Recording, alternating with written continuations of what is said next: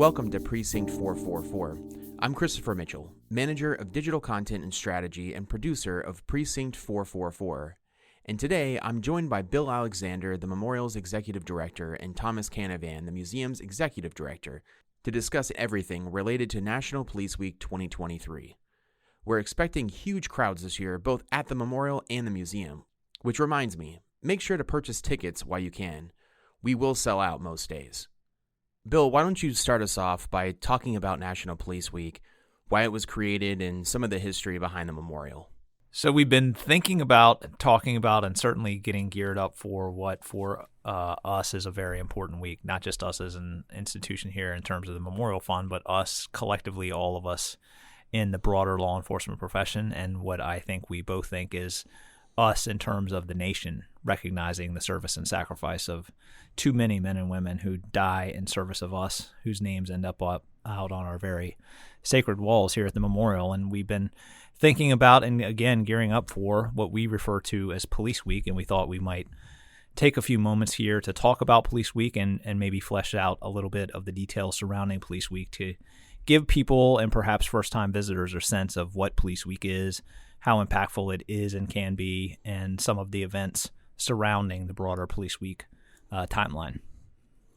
Yeah, I think it's a really informative opportunity. As many people who come here each year for Police Week, there are a lot of people that don't know what Police Week is and the purpose of Police Week and how it serves the law enforcement community and the community at large. So I think it's good opportunity to dig in and talk about some of our major events that we host and that go on throughout the week, and also events that are happening at the Memorial as well as the museum. Yeah. You want to kick it off with some history and some background? Sure. Well, I think it's important to sort of step back and figure out, how did we get here as a nation? What is the backstory of Police Week? So I think for us, in terms of us in this profession broadly, it really begins around 1962, when then President John F. Kennedy recognizes and establishes May 15th as Peace Officers Memorial Day each year.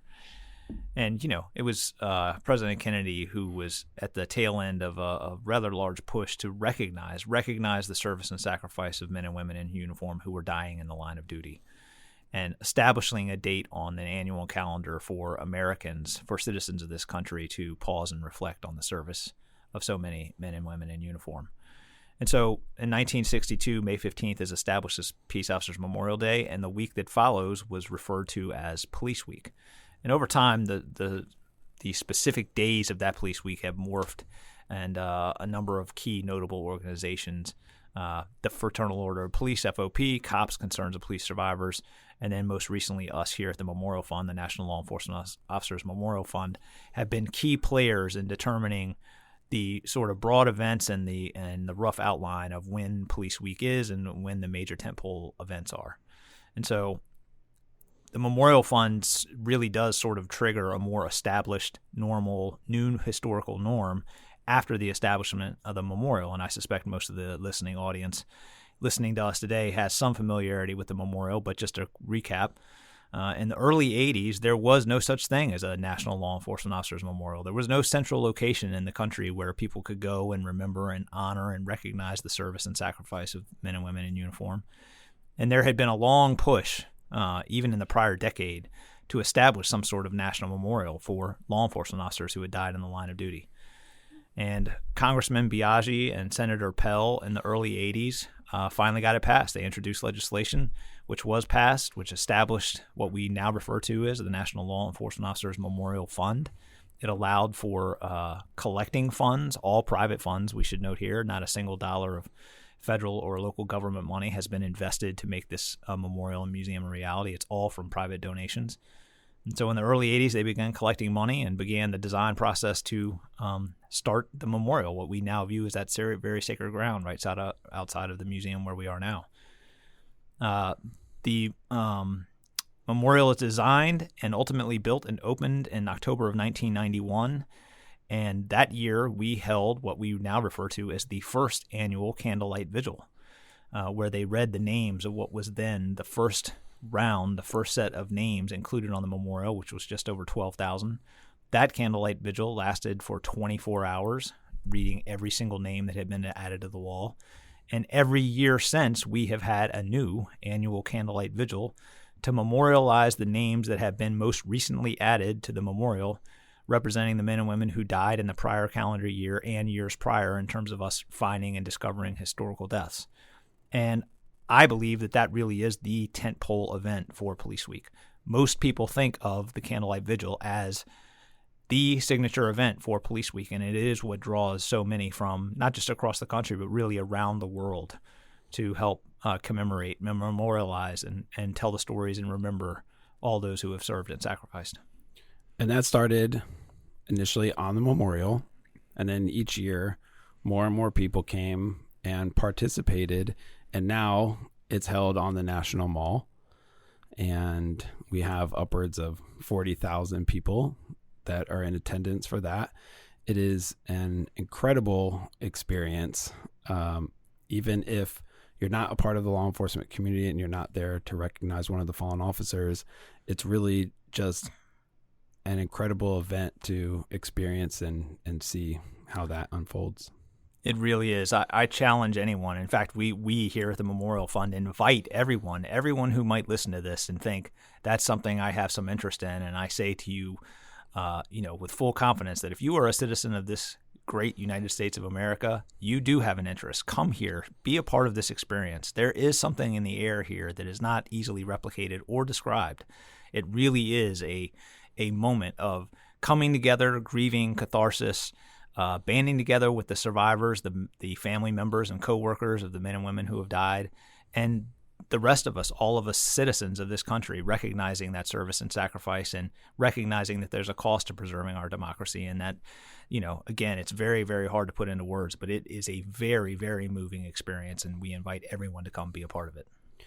Yeah. And also Police Week on a whole does quite a bit of good for the city of Washington, D.C. Bring, upwards of 100,000 people to the city for an entire week. Hotels are full, restaurants are full, bars are full, taxis, anything that you can think of when you bring that many people to a city are impacted. And I know that with DC kind of reeling from the pandemic, especially downtown, this is going to be a great May for the residents and businesses here in DC. It certainly is. People come out en masse for this really celebration of the men and women who have died in the line of duty, and it probably is one of the signature events across DC that draws in a really, really large crowd, a really diverse crowd, not just nationally but internationally, to help celebrate and memorialize our fallen. Let's talk also about some other key events that happen across Police Week for people that might not know. Not only does the vigil occur each year, but we have a lot of other events that memorialize, fallen officers from different departments and agencies, not to mention K9. When's the K9 event taking place? Yeah, well, to back up just slightly. So I know in the beginning, you and I were talking about sort of Peace Officers Memorial Day, President Kennedy then declaring May 15th, and the week that follows is Police Week. And I sort of glanced off of the idea that we, as the three major organizations, FOP, COPS, and Memorial Fund, have sort of massaged those dates over time to reflect the actual calendar events which occur. And this year is no exception. So even though May 15th is Peace Officers Memorial Day and the week after is officially Police Week, for us, our three tentpole organizations, we recognize that a number of Police Week related events occur before May 15th. So I should note for the audience that if there is some slight confusion there, we this year sort of designated May 9th through May 16th is what we refer to as Police Week 2023. And so it really does start on or about May 9th. Concerns of Police Survivors has a full week-long conference that starts about then. Survivors start coming into town. The Fraternal Order of Police has some events, and obviously we have a number of events, many of which are held right here in the memorial. So the K9 Memorial Service is really probably the first major event which is occurring, and it occurs here at the memorial. It's on May 10th. They begin setting up and preparing at 10 a.m., and then they hold a very sacred ceremony at 1 p.m., which memorializes all of the canine dogs which have died in the line of duty over the last year and perhaps years prior if they have discovered something new. And it's a very, very sacred, solemn ceremony, helping to recognize and remember not just the men and women who die in the line of duty, but their partners, something much stronger than just a work dog, a very personal, interconnected fabric of that officer's life is their canine partner. And so the canine memorial ceremony held here is a very important part of that process for those canine officers. Absolutely.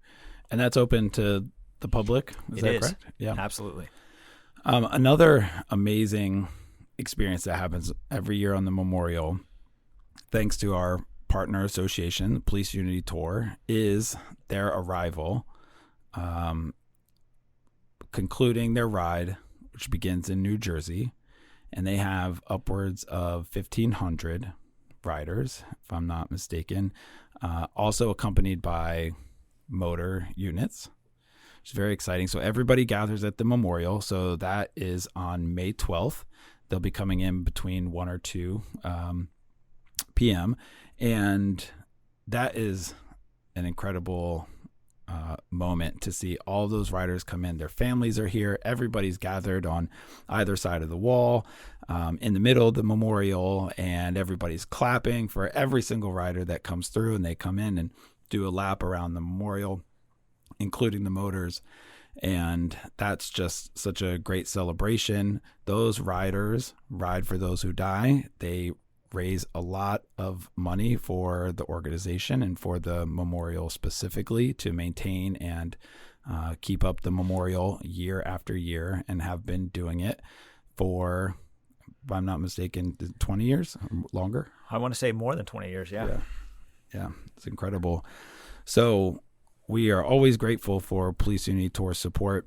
Again, that is on May 12th, and we encourage everybody to come out for that. Next day is a Candlelight Vigil. Do you want to go into a little more detail about that? Sure. Well, for those listening who aren't aware, for us, this is our tentpole signature event every single year. It is, in part, one of our primary pillars or missions is to honor the fallen, and the Candlelight Vigil allows us to do that in terms of memorializing the names and the memories of the men and women who we have most recently added onto our very sacred memorial walls. This year we added, or actually this week, we are in the process of adding 556 new names added to our walls, the names of heroes, every single one. So the Candlelight Vigil serves as our annual ceremony to memorialize those recently added officers, to allow the families to hear their names read, to allow the country to absorb the fact that 556 men and women died in service of them. And so for us, it is the tentpole it's such a signature event for us that it's really hard for me in my mind to separate the Candlelight Vigil from the Memorial Fund or the memorial or the museum. It really is such an integral part of us as an organization. And so the Candlelight Vigil is on the National Mall, as Thomas mentioned earlier. It used to be on the memorial, but it has grown far beyond our ability to actually host it on the memorial. Again, as you referenced, tens of thousands of people are in attendance. It is such an amazing sight to see so many gathered in one place to help celebrate and remember the men and women who die in the line of duty. The ceremony will begin at 8 p.m. The setup for the event actually occurs several days in advance. In the morning, we'll be doing the final preparations. Buses will begin dropping off survivors from nearby hotels at or around 4 o'clock. There will be a musical prelude guest around 7:45, and we hope the ceremony starts promptly at 8 p.m.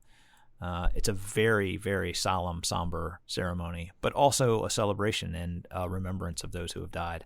The ceremony lasts about 2 hours, and again, every member of this country is welcome and encouraged to come be a part of that very sacred process. So last year I had the very distinct honor of reading names on the dais from the state of Maryland, which I am a resident of. So it was a incredible opportunity, and to be able to stand there on the stage and look out into a crowd of 40,000 people with the Capitol building in the background. Depending on the year, it's the monument or the Capitol. And it is just such an incredible experience to be on that stage with those other dignitaries, law enforcement leaders, and to have that experience. It was once in a lifetime, unforgettable moment. How did you feel as you were reading the names? So in anticipation, as I'm waiting there nervously, you have the list of names, and of course want to pronounce every name perfectly and not mess up any of them. Yeah. And so it's quite nerve-wracking, and but there is something that comes over you as you're standing behind the person who is currently reading and you're next, and you step up to the podium and you see all the faces and you feel all the support and all the love that has gathered there on the National Mall, and it just becomes effortless. And like I said, I'll never forget that experience, and I hope other people have the opportunity to experience that at some point. Yeah. Well, so that is the Vigil, and last year I thought you did an amazing job. I heard you in the background, and I said, "There's my peer, Thomas, the executive director of the museum, Thomas Canavan." And as you noted, it's a very high pressure thing which you're up there, and there's no do-overs, and you so importantly want to get that name pronounced correctly to have the family members, the coworkers, the survivors, the men and women in this country who knew the person whose name you're saying out loud. You want to represent them and say it right. So I can just imagine the pressure for that. Yep. Yeah. So, and also I think we've mentioned the Vigil is open to the public. It's on the mall, so anybody can attend, and certainly encourage you to do that. The next event that I want to just touch on briefly, which I think is, again, an incredible experience. There's so many amazing experiences during Police Week. I mean, they're all incredible. I keep saying they're all incredible, and they are. The next day on May 14th, we have the Emerald Society Marching Band memorial service, and it is an orchestra of bagpipes. I mean, it is one of the most incredible sounds I've ever experienced. And that was, I think, the first year that I experienced it, I was really surprised at just how massive it was. And so anybody who's a fan of bagpipes and the music that accompanies all of the funerals, ceremonies within law enforcement should definitely come and experience that for themselves. They really should. It is quite an event to be part of, to see, to witness. And for their part, that it really is a celebration. They invite the pipes and drums bands from any agency who wants to participate. So there are usually a dozen or more such bands. They start at an offsite location at a nearby hotel, and then they march in sort of parade formation from there to here at the memorial where they stop. And then the Emerald Society does present some speakers, and they talk, and then the bands themselves play. And it really is a celebration of law enforcement, a celebration of life, a celebration of all that is right with this country, and certainly recognizing that law enforcement plays an important role in all of our lives. And it is something to see and hear and be here to be a part of the experience. And again, like you've said already, we encourage everyone to come be a part of it. So every single year on May 15th, the FOP holds their memorial service. Their memorial service, whilst very sacred and not dissimilar from our Candlelight Vigil, is not open to the public. It's limited largely to only the surviving family members of the fallen officers in question, and it's held on the grounds of the Capitol. But as part of that process, the survivors create almost in real time a series of wreaths in which they place flowers on the wreath to represent their fallen officer. Those wreaths are then, at the conclusion of that ceremony, transitioned over from the Capitol here to the memorial.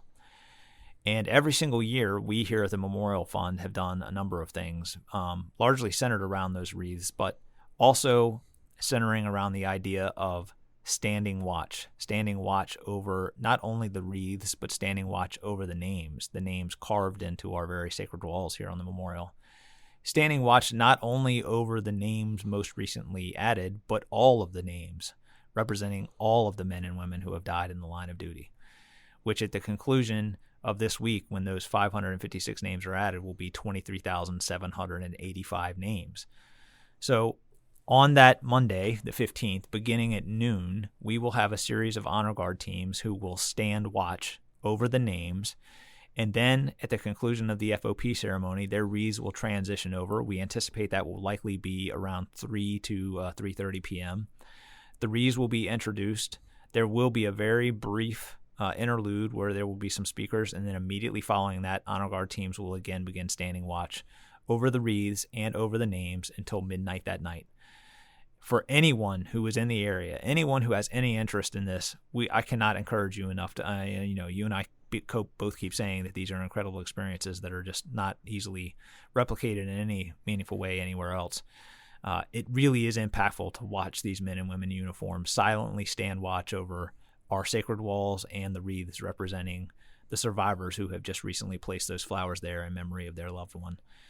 It really is impactful. And so the teams will continue silently standing watch, cycling through all the way until midnight. And then at midnight, there will be a taps player who will play taps, and then there will be a bagpiper who will play Amazing Grace to sort of close out not only standing watch, but really, for our purposes, closing out almost all of the major events related to Police Week. Really a somber and yet celebratory ending to a week of celebrating and memorializing the men and women who died in the line of duty.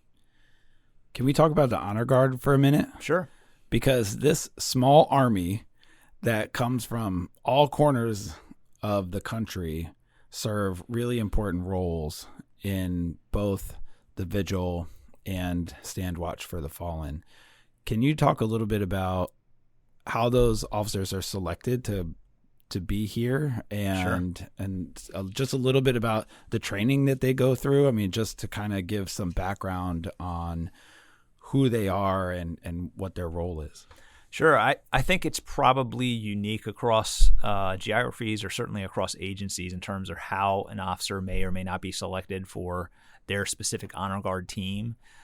Some teams are all volunteer. Some teams are full-time teams in which they are, that is their primary role, to attend functions as honor guards. Sometimes there is some stringent selection process, and some agencies, just if you have an interest and you want to be a part of it, generally, if there's an opening, they would accept you. But generally speaking, I think most people in the profession view those in the honor guard as sort of the pinnacle in terms of appearance and ability. You look good in uniform, you're physically fit, you're squared away, you're the exemplar of their department. You look the part, you play the part, you have been a good, moral, honest police officer throughout your career, and you stand in front of a local community event, a state event, a national event. You stand in front of the public representing your agency. You say, I am here to represent my agency, and my agency is a force for good, and we are here to serve the public. So that, at a high level, that's what the honor guard does. And they attend funerals, state events, graduations, things where they are professionally representing the agency. And so virtually every agency, law enforcement agency across the country, has some version of some kind of honor guard team. And every single year, we, the Memorial Fund, and various institutions across Police Week, send out the call. We send out the call to agencies all across the country and say, we need honor guard members to assist us at various of these events. And for our purposes, we need honor guard, most notably for the Candlelight Vigil and for the Stand Watch for the Fallen. So for the Candlelight Vigil, we have literally hundreds of men and women, upwards of 2,000 total men and women across the country who serve in their honor guard units, volunteer to come take a 30-minute shift during the vigil to stand on what we refer to as cordons, or the lining up of men and women on both sides of the entrances of the pathways where men and women, the survivors who are getting off the buses, walk between the honor guards who salute these survivors as they enter the National Mall and are introduced to the seating area for our National Vigil. So that's the one thing that we do with honor guards. The second thing is stand watch, where we again send out the call. And we've been very fortunate that, again, hundreds of honor guard members volunteer. And in teams of anywhere from 4 to 10, take turns, 15-minute shifts out there on the memorial, standing watch over the wreaths and standing watch over our names. And so we're so privileged and proud and thankful for all of them who volunteer to help us make Police Week memorable. Do you think, is it competitive within those individual honor guard units who gets to come to Police Week? I think it is competitive. I think it's a very sought-after spot to be able to represent your agency and then go to a world-class event like a Candlelight Vigil and represent your agency in your hometown, and the men and women who aren't able to come here, the men and women who, by virtue of their sworn oath, are saying, I'm going to stay home and protect the men and women in my community, my town, my county. But I'm sending you my representative. I'm sending my honor guard unit there to represent me, to represent my agency, to represent my community. And certainly I'm sure that there's some prestige to being able to come to Police Week and represent your broader community and agency. Right. Well, we can't thank them enough. Really appreciate them coming throughout the week. And the word of the day is incredible. They're incredible. It really is amazing how they come out in such mass and give so much of themselves, give so much of their time. I mean, there are so many other events going on during Police Week that there is a cost to them in terms of making these commitments. They have to show up early. They have to be in uniform. They have to be, mentally prepared to go through part of the grief process of the men and women around them, the survivors walking through those cordons, the survivors walking around the memorial. It can be a very tough mental assignment, but I also think it could be very, very rewarding in terms of recognizing I'm here as part of representing a profession, representing my agency, representing something good in this country, and really feeling, as they should, proud to be a part of that process. Before we end, you want to talk a little bit about the memorial, the grounds at all, just access, and I can talk a little bit about the museum. Sure. Well, the memorial remains open 24/7, 365 days a year. The public are always welcome on and around the memorial.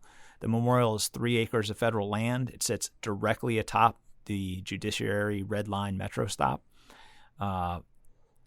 It really is such an amazing place. It's hard for me to put into words.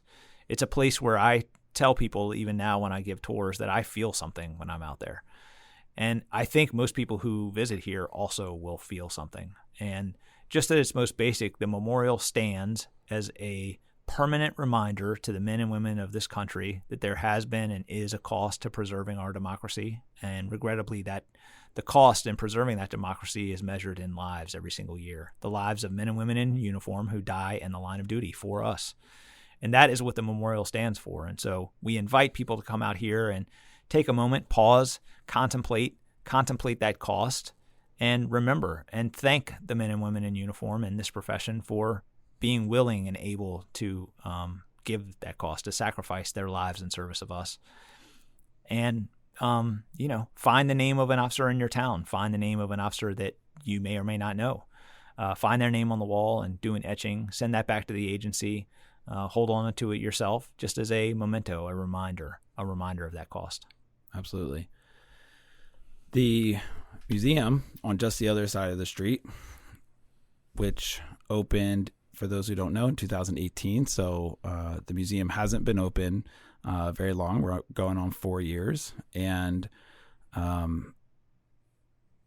this year, we are going to be open from May 9th through May 20th, which, if I'm not mistaken, is one of the longest stretches we've had the museum open consecutively.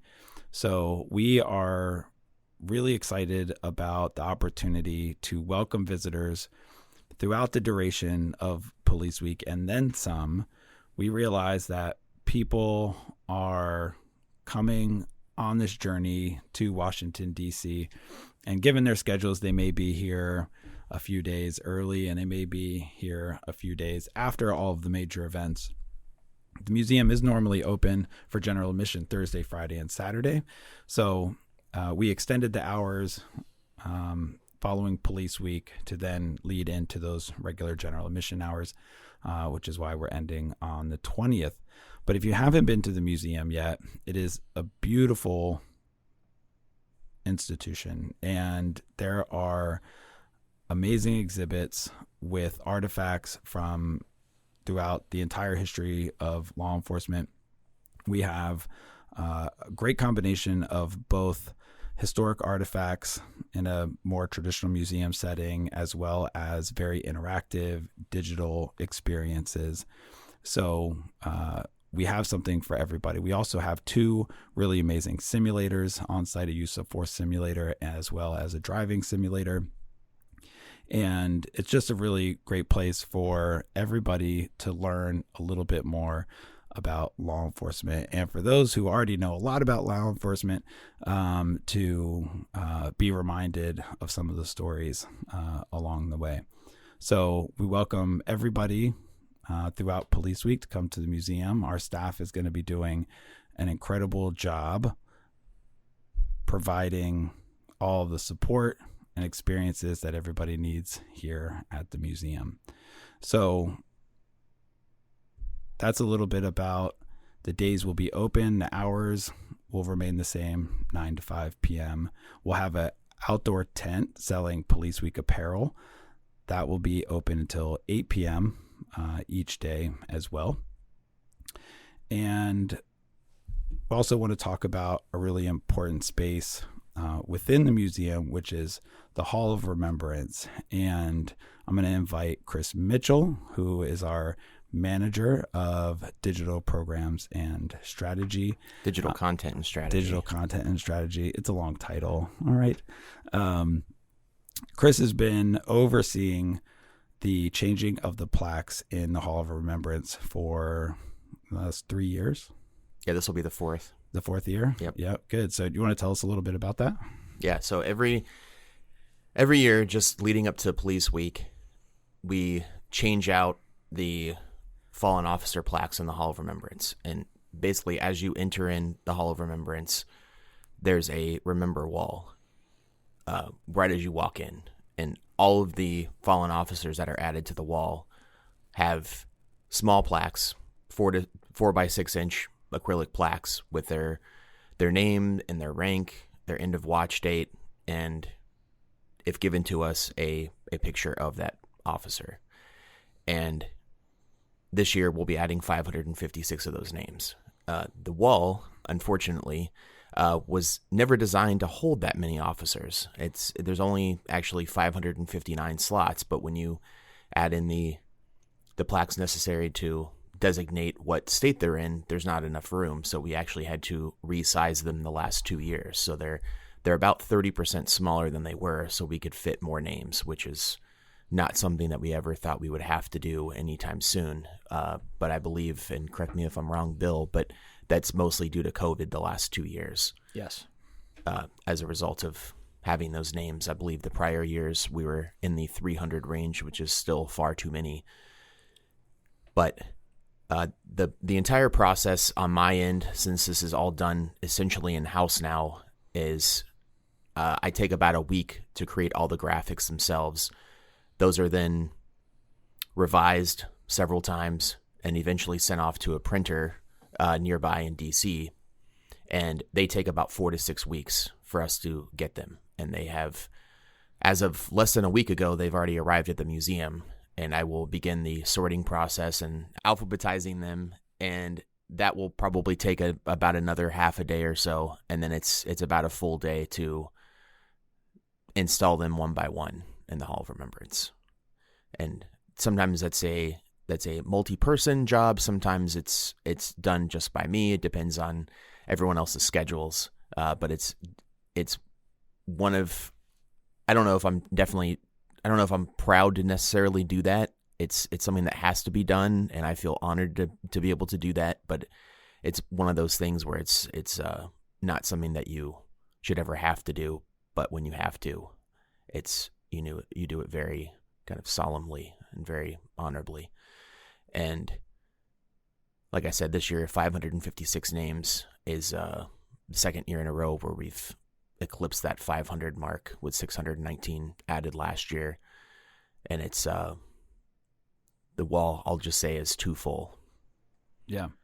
I think watching you over the last couple of years create this process, it's almost become kind of this ceremony for one, the way that you start and the process that you have for removing the plaques and doing so in a very organized way. I know that you box up all of the previous year's plaques and you ship them. They go to each department that the officers were a part of. And then you proceed into installing the plaques. And if I'm not mistaken, you've done a time lapse, I think, each time, which has been really interesting to see. Yes, every year I've done a time lapse, starting in 2020, and I believe all those are on our YouTube channel, and I'll have a link in the description to those, along with the video that I created for last year's, and I believe I'm gonna attempt to do another video for this year's changing in rotation, so be on the lookout for that. Thank you very much for doing that. Yeah, absolutely. Yeah, the Hall of Remembrance is really something special. While the bulk of the museum exists to tell the story of American law enforcement, and it really is an amazing place with some just incredible interactive exhibits, which really do a great job of telling that story of American law enforcement.